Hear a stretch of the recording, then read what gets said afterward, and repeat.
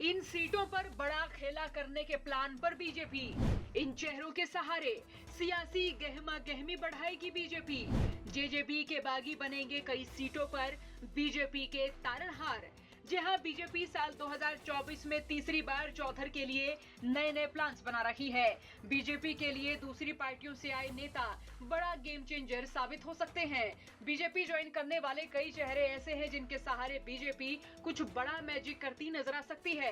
पूर्व मुख्यमंत्री चौधरी बंसीलाल के खासम खास माने जाने वाले पूर्व मंत्री सतपाल सांगवान के इकलौते बेटे सुनील सांगवान का जेल अधीक्षक के पद से त्यागपत्र मंजूर होने के बाद इन्होंने सोमवार को दिल्ली में बीजेपी का दामन थाम लिया।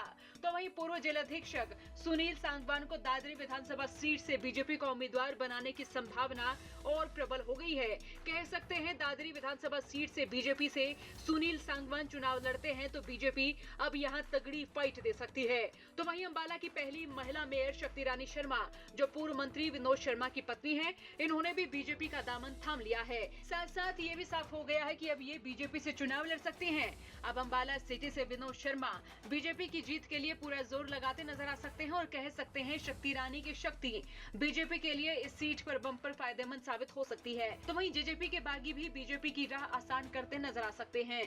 देवेंद्र बबली के बीजेपी में आने से टोहाना सीट से बीजेपी के लिए जीतना आसान सा नजर आ रहा है। कह सकते हैं देवेंद्र बबली यहां टिकट के प्रबल दावेदार होंगे। तो वहीं रामकुमार गौतम सूबे की राजनीति के बड़े ब्राह्मण चेहरे हैं। उनके बीजेपी में आने के बाद बीजेपी को बम्पर फायदा हो सकता है। नारनौंद विधानसभा सीट से कैप्टन अभिमन्यु को रामकुमार गौतम फायदा देते नजर आ सकते हैं। और फिलहाल खबर तो यह है कि रामकुमार गौतम जुलाना, सफीदो या फिर उचाना से चुनाव लड़ते नजर आ सकते हैं। बीजेपी के लिए रामकुमार गौतम बम्पर फायदेमंद साबित हो सकते हैं। ब्राह्मण वोट बैंक के साथ साथ बीजेपी कई सीटों पर रामकुमार गौतम के बूते जीत के करीब नजर आ सकती है। तो वहीं जेजेपी के बागी जोगीराम सिन्हा का अपना वोट बैंक है। बरवाला से बीजेपी इन्हें अगर दावेदार बनाती है तो ये बीजेपी और खुद जोगीराम सिन्हा के लिए बेहद फायदेमंद साबित होता नजर आ सकता है। अनूप धानक के सहारे बीजेपी धानक बिरादरी को लामबंद करेगी और वहीं अनूप धानक के सहारे ऐसे वोटरों को बीजेपी साधने का काम भी कर सकती है। कह सकते हैं कि बीजेपी के लिए नए चेहरे नए समीकरण के साथ कुछ नया मैजिक करते नजर आ सकते हैं। आपका इन नए चेहरों बाबत क्या कुछ सोचना है और चौकस की खबरों के लिए बने रहिए हरियाणा तक के साथ। ब्यूरो रिपोर्ट हरियाणा तक।